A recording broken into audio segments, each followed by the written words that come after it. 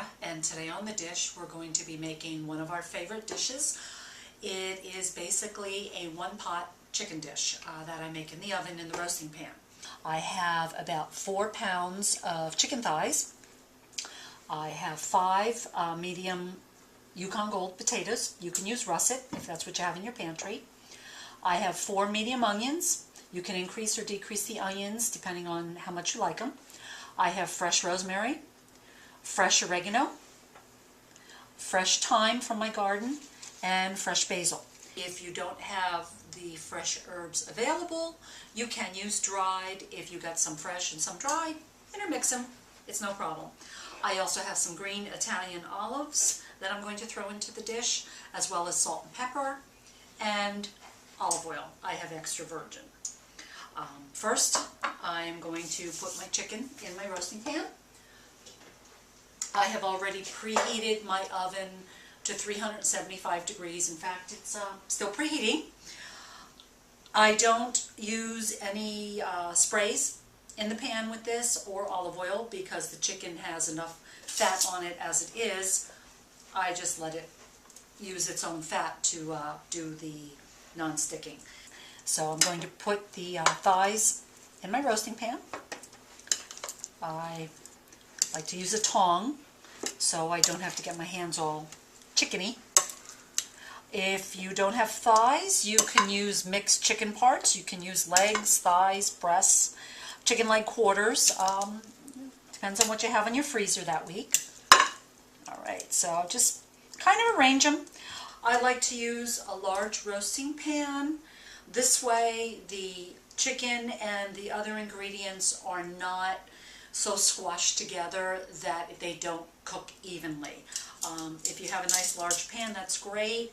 If you only have 2, say 13 by 9 dishes, then just use the 2 of them and divide everything up evenly.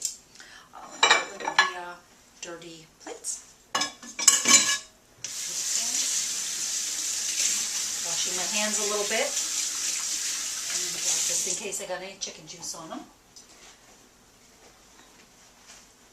Next, I'm going to salt and pepper the chicken, just as much salt and pepper as you like. I use kosher salt. If you have sea salt or regular table salt, that's fine. Just give it a little bit more flavor, kick it up a notch. And some fresh ground pepper. If you don't have fresh ground, just the regular shaker pepper will do. Just do a little bit on each. While I cut up my potatoes and onions, I'm going to put my chicken back over on top of the stove. And we're going to cut up the potatoes. You can just cut them into 1-inch chunks. It really doesn't matter if it's 1.5 inch, 1 inch. I just do 3 quick chops. More. I didn't peel the potatoes. We tend to like them unpeeled. If you prefer peeled potatoes, that's up to you. Go ahead and do that before you put them in the pan. And the last potato. Oh, the last potato isn't looking so pretty. And it's also not a Yukon Gold. I guess I got a surprise in my bag of potatoes. It's a regular russet. I'm going to use it anyway. I cut away the nasty part and I cut it up. If you have a mixture of russet and Yukon Gold, no big deal. I'm going to put this on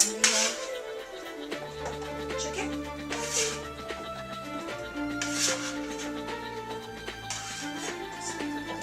Scrape it in there. Doesn't have to be neat. You can always rearrange it with a fork or some tongs. Next, I'm going to do the onions. Just doesn't have to be perfect. You can do a rough chop of quarters.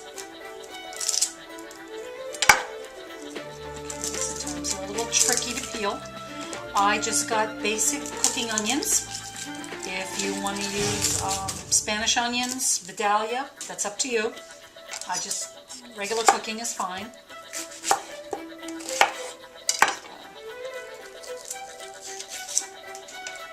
Much easier to just peel them this way.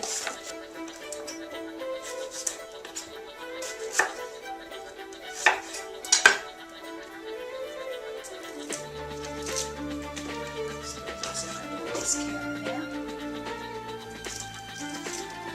The last onion.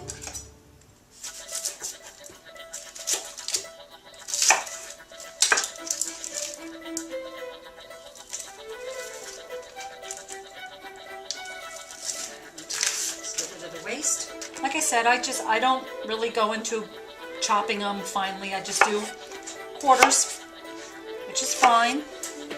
If you want to slice them a little thinner, that's up to you.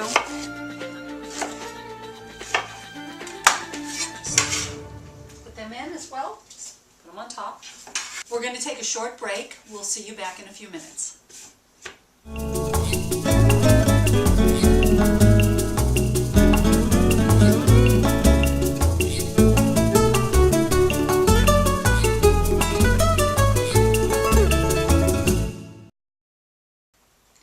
Welcome back to the dish. I'm Tara, and we're going to finish up putting our one dish chicken dish in the oven. I've already put the chicken in the roasting pan with salt and pepper, and the potatoes cut up and the onions cut up. Now I'm going to take care of the herbs. Like we talked about earlier, if you don't have fresh herbs in your garden or they're not available in your market, you can use dried herbs. I happen to get these out of my garden. I have rosemary, I have thyme, I have some oregano, and I have basil. Right now I'm going to chop up the rosemary. Just cut a little bit of a sprig off, and you just pull it the opposite way. They don't all come off in one piece. Just do it like that. I don't really use the stem in cooking. It is not very edible and a little tough to chew, so we just take off the leaves. And they want to cooperate. Okay, just trying to. Oops. Actually, rosemary is one of my favorite herbs. I love to go by the garden and just touch it and have the smell in my hands. Just pull it off like this. Doesn't have to be perfect. Put the stems aside, just throw them in a little garbage. Just pile them up to a little pile. Make it easier to chop, and you can just do a rough chop. There's really no size requirement for it. Rough chop. If you don't feel like chopping them and you want to throw them in whole, that's fine. Put those aside right now. And I'm going to bring over my chicken to put the other items in it. As you can see, I just piled everything in, which is fine. Doesn't have to be neat. If you want, you can just take a tongs or a spoon and just push everything aside if you'd like to have it kind of all over and fill in the little gaps in the roasting pan.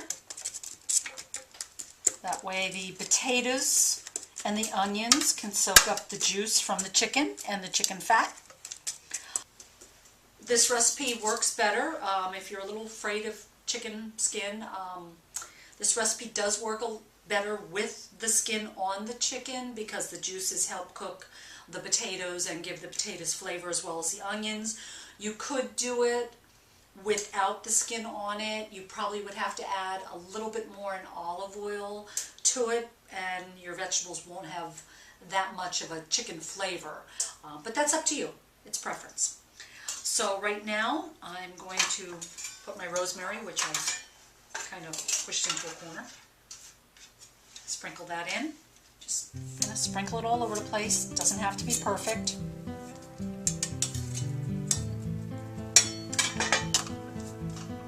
Next, I'm just going to take my oregano. It's also on a stem. It's kind of curly. I just pull off the leaves, kind of the same way. Just pull them and sprinkle. They're kind of tiny. Some of them, it's not worth chopping. Be chasing them all over the cutting board if you did. Just do that. Get rid of the stem. If a little bit of the stem falls in, it's no big deal. I'm just going to pull those off. Sprinkle them all over. With my thyme, that is kind of a smaller leaf on it, almost impossible to get them off. So I'm just going to put stems, just pull them place them around. I find during the cooking time, the leaves tend to fall off the stem, and you can easily pull out the stems when you're plating it. Some of the larger leaves do come off. And just throw it around for a nice little flavoring. Lastly is my basil. I have some really nice large leaves this season, which is really nice. There are different ways you can do this. You can lay it in here whole if you'd like, if you're in a hurry. You can chiffonade, which is basically taking a few stems, rolling them up almost like a cigar, tightly, laying them on your cutting board and chopping them that way. I tend to just like to curl them up and cut them with my kitchen scissors. Doesn't have to be perfect. We like a lot of basil, so I'm going to put a lot of basil in this. You don't even have to roll them up to cut them with the scissors. I just kind of stack them and just do that. Just let it go all over the place. You get a little stem in there, that's fine. I'm going to put all the large leaves in this, because like I said, we really do love basil.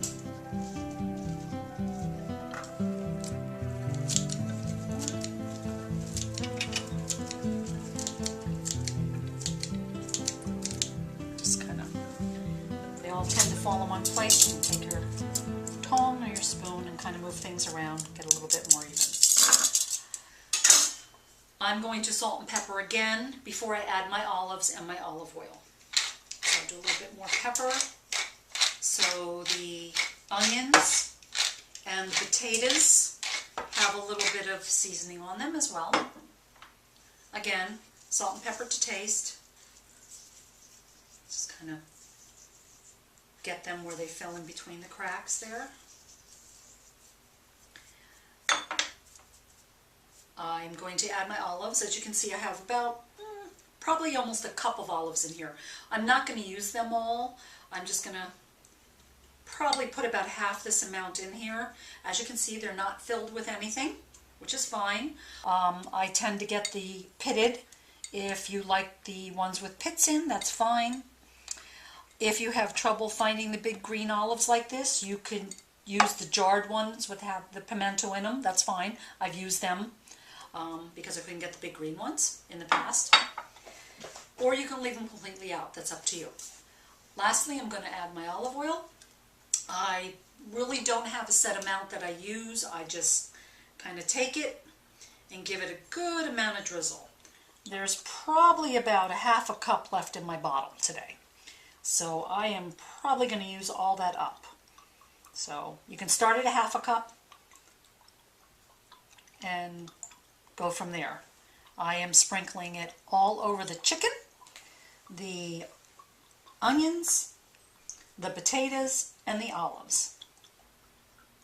It'll add some nice flavor. I'm using an extra virgin. We tend to like that a lot on our foods because of the flavor. Oh, my bottle is empty, which means I'm going to have to buy more. All right, so I'll put that there. My oven has preheated.